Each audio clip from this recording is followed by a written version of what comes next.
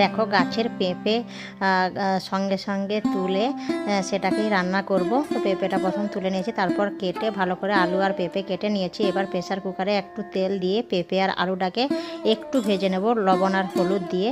দিলে পেঁপের যে কাঁচা গন্ধটা থাকে ওইটা চলে যায়। অনেকেই পেঁপে পছন্দ করে না, যেরকম আমি করতাম না, কিন্তু এরকম করলে না কাঁচা গন্ধটা থাকে না, দারুণ লাগে। তারপর একটা কড়াইতে চিংড়ি মাছগুলো ছোটো ছোটো করে কেটে ভেজে নিয়েছি। তারপর সেই কড়াইতে একটু তেল দিয়ে গোটা গরম মশলা দিয়ে ওতে পেঁয়াজ কুচি, আদা রসুন বাটা, টমেটো, তারপরে হলুদ গুঁড়ো, লঙ্কা গুঁড়ো দিয়ে ভালো করে কষিয়ে নিয়ে তারপরে একটু জল দিয়ে আর একটু ভালো করে কষিয়ে নিয়ে তারপরে এতে দিয়েছি ওই ভেজে রাখা চিংড়ি মাছগুলো।